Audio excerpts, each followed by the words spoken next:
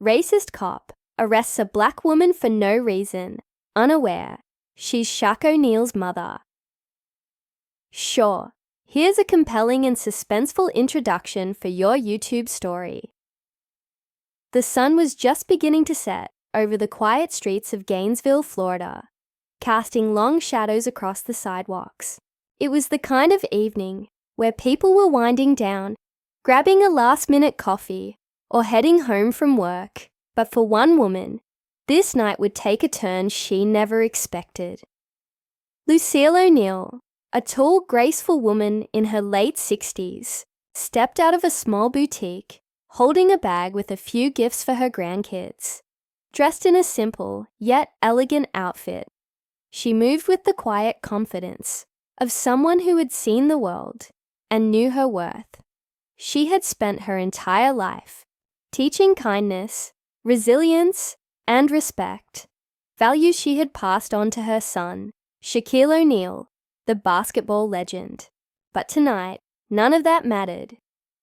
Just as she turned the corner toward her car, red and blue lights flashed behind her, and the piercing sound of a police siren cut through the calm evening air. A black and white squad car rolled to a stop, and before she could react, a uniformed officer stepped out. He was tall, lean, and young, probably in his early 30s. His name tag read, Officer Reynolds. But Lucille wouldn't learn that until later. "Ma'am, step away from the vehicle," he ordered, his voice sharp and authoritative. Lucille frowned, confused. She hadn't even reached her car yet. "Excuse me?" she asked politely, shifting the shopping bag in her arms. "I said, step away from the vehicle." The officer's tone grew more aggressive, as if he had already made up his mind about her. Lucille took a breath, keeping her composure. "Officer, is there a problem?" Reynolds narrowed his eyes. "We got a report about a suspicious person in the area," he said, looking her up and down. "Mind telling me what you're doing here?" Lucille couldn't believe what she was hearing. A suspicious person. She had been shopping, minding her business, just like everyone else on this street. Yet, here she was, being treated like a criminal. "I just came from that store," she said, pointing toward the boutique. "I bought some gifts for my grandbabies." But the officer wasn't listening. He was already reaching for his radio. "Dispatch. I have a possible suspect fitting the description," he said. "Black female, approximately 6 feet, carrying a bag." "Wait a minute," Lucille interrupted, her patience thinning. "What exactly am I being accused of?" Reynolds scoffed. "We'll sort that out at the station. Hands where I can see 'em." And, just like that, he grabbed her wrist, twisting it behind her back before she could protest. The cold steel of the handcuffs snapped around her wrists, sending a jolt of humiliation through her body. People on the street started to slow down, watching, whispering. Some pulled out their phones, but no one stepped in. Lucille felt her heart pounding. She wasn't just some random person. She was a mother, a grandmother, a woman of faith, a mentor in her community. She had raised one of the most respected athletes in the world, but none of that mattered right now. To this officer, she was just another black woman in the wrong place at the wrong time. "Officer, this is a mistake," she tried again, her voice calm but firm. "You can explain yourself downtown," Reynolds muttered, tightening his grip on her arm. Lucille took a deep breath. She had spent years teaching her son to handle situations like this with dignity, to stay calm, to never let anger control the moment. Now she had to follow her own advice. But what Reynolds didn't know, what he was completely unaware of, was that the woman he had just arrested wasn't just any woman. She was Lucille O'Neal. And in just a few minutes, the world would know exactly what had happened here. Because somewhere not too far away, Shaquille O'Neal was about to get a phone call. And when he did, things were about to change in a way Officer Reynolds never saw coming. As Lucille sat in the back of the squad car, her hands still cuffed behind her, she stared out the window, her mind racing. The flashing lights reflected in the glass, and the weight of the situation settled heavy on her chest. She had never been in trouble with the law. Never in her life had she been arrested, let alone treated like this, like she was some kind of criminal. She could hear Officer Reynolds up front, speaking into his radio, confirming the arrest. His voice was casual, as if this were just another routine stop. He didn't know. He had no idea who she was, what she had been through, or the kind of people who loved her. And then she thought about Shaquille. Her son had always been protective of her.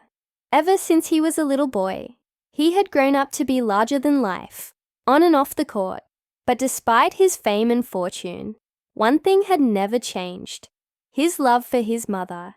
If he knew what was happening right now, if he knew she was being taken to a police station in handcuffs for no reason, she didn't even want to think about it. Her phone had been taken when she was searched, so she couldn't call him herself. But she had faith that someone would. The people in the crowd, the ones who had pulled out their phones, somebody had to recognize her. And even if they didn't, this kind of thing didn't just disappear. It spread. Meanwhile, back at his home, Shaquille O'Neal was just settling in for the night when his phone buzzed. It wasn't unusual for him to get calls at random hours, but something about this one felt different. It was from an old friend, someone from his hometown. "Shaq, you need to see this," the voice on the other end said, urgency in his tone. Shaq frowned, turning on his TV while he pulled up the video link that had just been sent to his phone. And then, as the footage loaded, his heart stopped. There, on the screen, was his mother, his sweet, loving mother, being handcuffed, pushed into the back of a police car. Her face was calm, but he could see the pain in her eyes, the humiliation, the way people stood around, watching but doing nothing. Shaq felt a slow burn rise in his chest. "Where is this?" he demanded, already grabbing his keys. His friend told him everything: the location, the name of the officer, what little details were known. Shaq didn't hesitate. He was out the door before the call even ended.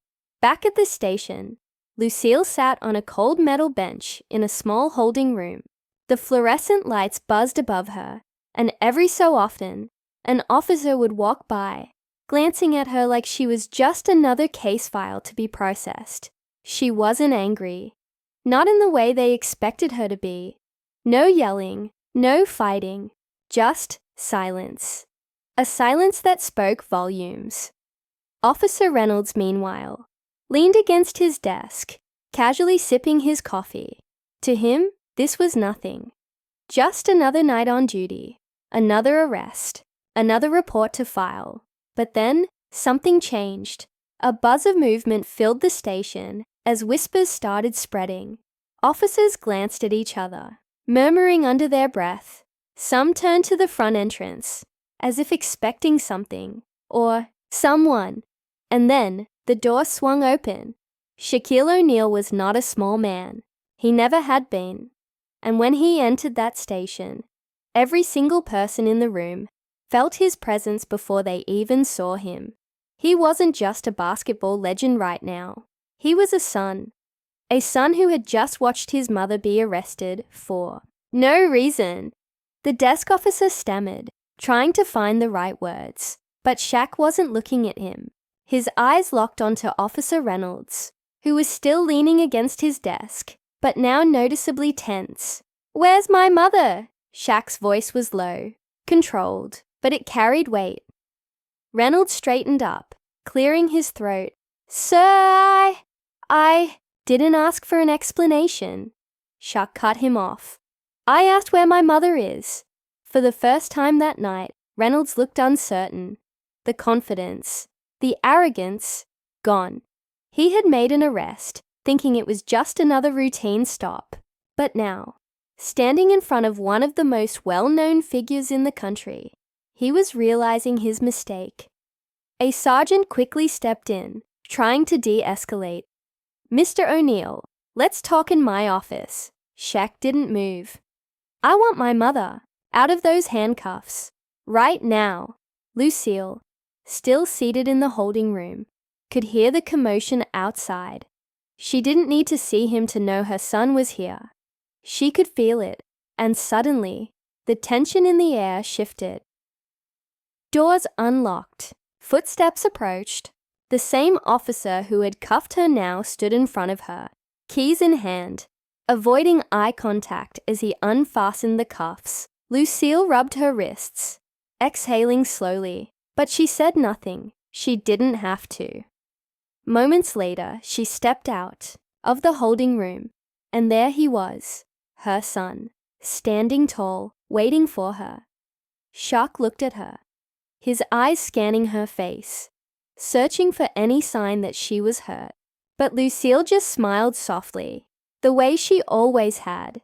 A mother's smile, a smile that said, "I'm okay." Shaq wrapped his arms around her, holding her close, and for a moment, the whole station fell silent. But the night wasn't over yet, because as Shaq turned back to face the officers, his expression changed.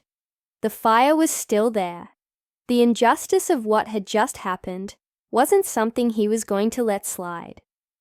Officer Reynolds shifted uncomfortably.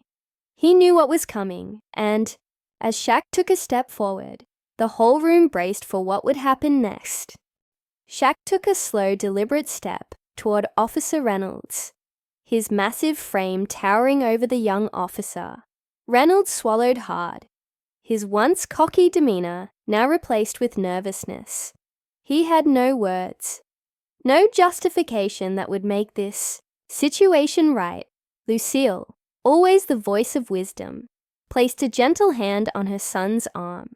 "Shaquille," she said softly, her voice calm but firm. "I'm okay." Shaq took a deep breath, steadying himself. His mother had always been the strongest person he knew. She had raised him with patience, with faith, with the understanding that power wasn't just about size. It was about how you used it. And right now, he had power. Not just in his physical presence, but in the truth of what had happened here. Tonight, he turned to the sergeant, who had been watching the entire exchange with uneasy silence. "This isn't over," Shaq said. His voice was steady, controlled, but there was no mistaking the warning in his tone. The sergeant nodded, already understanding. This had been a mistake, a big one, and there would be consequences. Lucille exhaled softly, her eyes sweeping over the room. Some of the officers looked embarrassed, some regretful, but she wasn't here for apologies. She wasn't here for pity. She just wanted to go home. Shaq led her outside, where a small crowd had gathered. People whispered, their phones still recording, but Lucille kept her head high. She had always taught her son that dignity wasn't something anyone could take from you. Not with handcuffs, not with power trips, not with injustice. As they reached the car, Shaq finally turned to her. "You sure you're okay, Ma?" She smiled up at him. "I've been through worse, son," she said. "This is just another lesson." Shaq shook his head. "Shouldn't have to be." Lucille squeezed his hand. "No, it shouldn't. But you know what's more important?" He looked at her, waiting. "That we make sure this doesn't happen to the next person." Shaq nodded, understanding exactly what she meant. This wasn't just about her. It was about every person who had ever been treated unfairly. About those who didn't have a son like Shaquille O'Neal to walk through the doors and demand justice. It was about change. The next morning, news of the incident spread like wildfire. Footage from the arrest was everywhere. On social media, on TV. Reporters were outside the police station, asking questions the department couldn't ignore. By midday, Officer Reynolds had been placed on administrative leave, pending an investigation. The department issued a public statement acknowledging the misunderstanding and promising to review their policies. But Shaq and Lucille knew words weren't enough. A few weeks later, Shaq stood in front of a community gathering, addressing a room full of people, activists, law enforcement, young kids looking up at him with wide eyes. "My mother raised me to be strong," he said, his voice carrying across the room. "Not just in my body, but in my heart. And part of being strong is standing up when something is wrong. What happened to my mom was wrong. What happens to so many people every day is wrong. And we're not going to just talk about it. We're going to do something about it." Lucille watched from the front row, pride shining in her eyes. She had always believed that everything happened for a reason. Even the bad moments could be turned into something good. And now, her son, her baby boy, was using his voice to make a difference. As the event ended, Shaq sat beside her, wrapping an arm around her shoulders. "You really okay now, Ma?" he asked again.